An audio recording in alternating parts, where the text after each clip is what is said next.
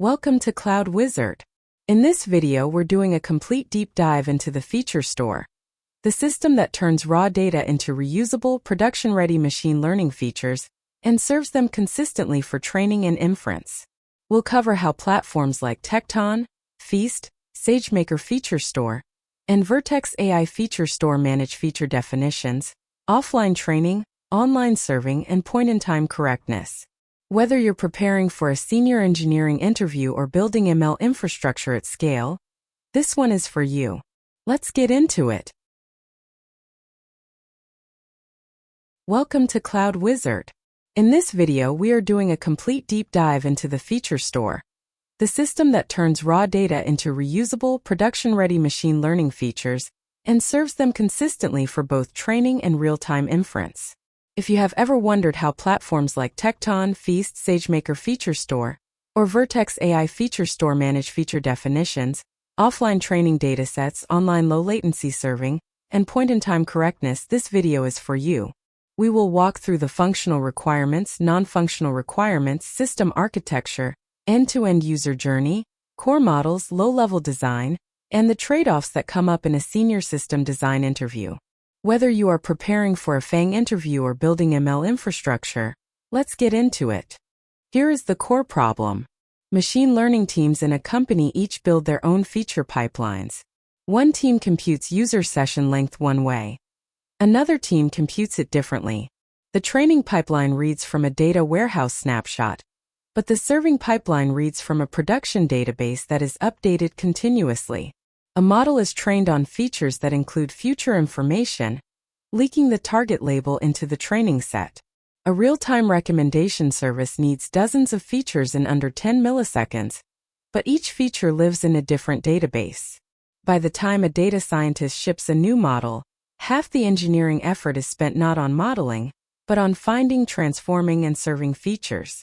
The business needs a central feature store that defines features once, materializes them for both training and serving, and guarantees point-in-time correctness so models can be trained and served from the same source of truth. Let's walk through the functional requirements. First, the feature store must let users define features declaratively. A feature name, entity, transformation logic, input data sources, and expected schema. Second, it must compute and materialize features into two stores: an offline store for batch training and historical analysis, and an online store for low-latency inference. Third, it must support point-in-time joins, letting a model trainer retrieve feature values as they existed at a specific historical timestamp, without using future data. Fourth, it must provide a feature registry with discovery, versioning, lineage, and metadata so teams can reuse features across models instead of rebuilding them. Fifth, it must expose serving APIs, SDKs, and monitoring, with access control and governance to enforce who can create, update, and consume features. These 5 capabilities turn a feature store into a real platform, rather than just another data pipeline. Now the non-functional requirements. Online serving must be low latency, usually single-digit to low double-digit milliseconds at the P99, because it sits directly in the inference path. The system must be highly available because model serving depends on it for every prediction. Offline retrieval must scale to billions of rows and terabytes of data for training jobs. Consistency between offline and online feature values is critical. If the same feature is computed differently in training and serving, model performance degrades. Data freshness matters because stale features reduce prediction quality. The system must be secure because features can encode sensitive user behavior, and lineage must be auditable. Finally, the feature store must be extensible, supporting batch transformations, stream transformations, and on-demand transformations. Here is the high-level system architecture.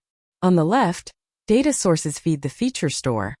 The data warehouse, the data lake, event streaming platforms like Kafka, operational databases, and real-time event streams. An ingestion layer pulls these sources into a feature engineering pipeline that runs transformations, batch jobs for historical features, stream jobs for near real-time features, and on-demand transformations for request time context. The resulting features are registered in a feature registry, which stores metadata, versions, and lineage. Materialized features land in the offline store, typically a columnar data lake or warehouse for historical retrieval, and the online store, a low-latency key-value store like Redis or DynamoDB for inference.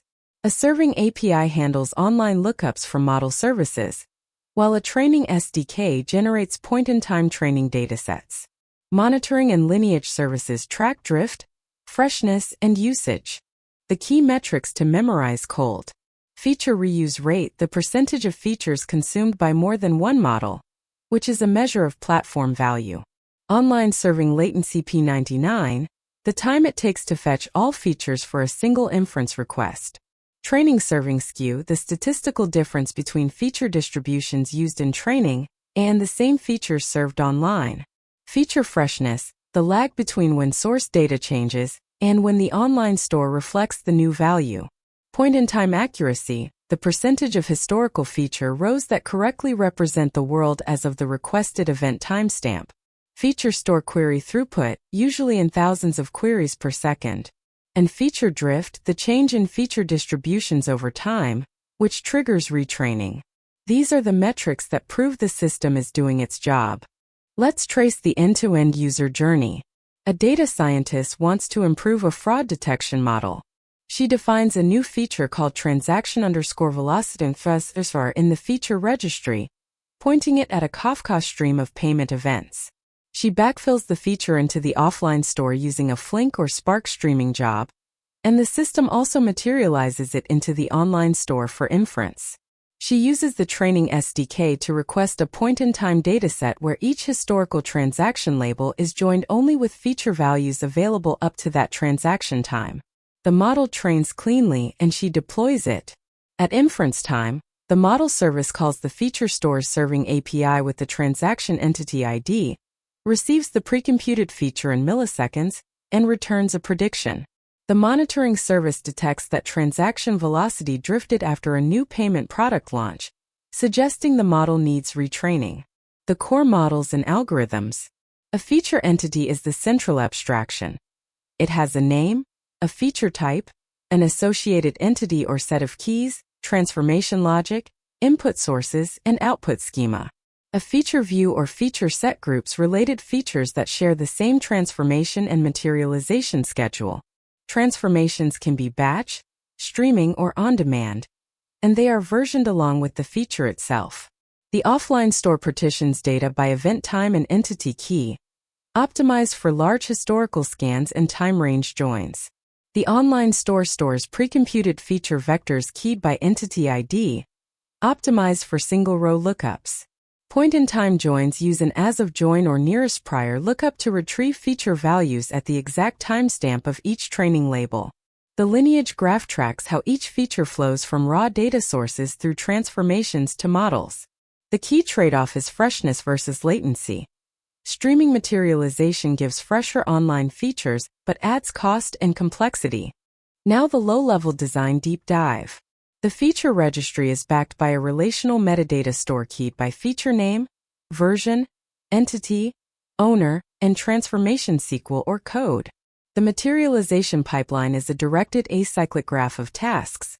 Validate source schema, run the transformation, deduplicate and write to the offline store, then push the latest values to the online store. The offline store is usually stored in columnar formats like Parquet on S3 or Iceberg, queried by a point-in-time engine that performs as of joins. The online store is a key-value database, often sharded and cached, with a row layout like entity_key, feature_name, value, and event_timestamp. The serving API caches hot entity lookups and supports batch inference requests. The SDK lets model training jobs build point-in-time datasets from the offline store and lets online services request feature vectors. The monitoring layer compares online feature distributions against offline baselines and alerts when skew or drift exceeds thresholds. Key takeaways for your interview. First, a feature store is a single source of truth for ML features, not just a database, so emphasize the registry, transformations, and governance. Second, training serving consistency is the hardest correctness problem. The same transformation must produce the same value in both offline training and online serving. Third, Point-in-time correctness is what prevents data leakage in historical training datasets. Be ready to explain as of joins and event timestamps. Fourth, the core trade-off is latency versus freshness. Pre-computed online features are fast but may be stale, while on-demand features are fresh but slower. Fifth, governance, lineage, and access control matter because features encode sensitive user data and must be auditable. If you can walk through this system with these 5 points, you will signal strong senior-level design thinking. That's it for the feature store. If this helped, like and subscribe, and I'll see you in the next one at Cloud Wizard. And that's a wrap on the feature store. We covered the full picture, from data sources and feature engineering, through the feature registry, offline and online stores, point-in-time joins, serving APIs, and low-level design. If this video helped you, please hit that subscribe button and the bell icon so you never miss a new system design video. Drop your questions in the comments below. I read every single one. See you in the next one at Cloud Wizard.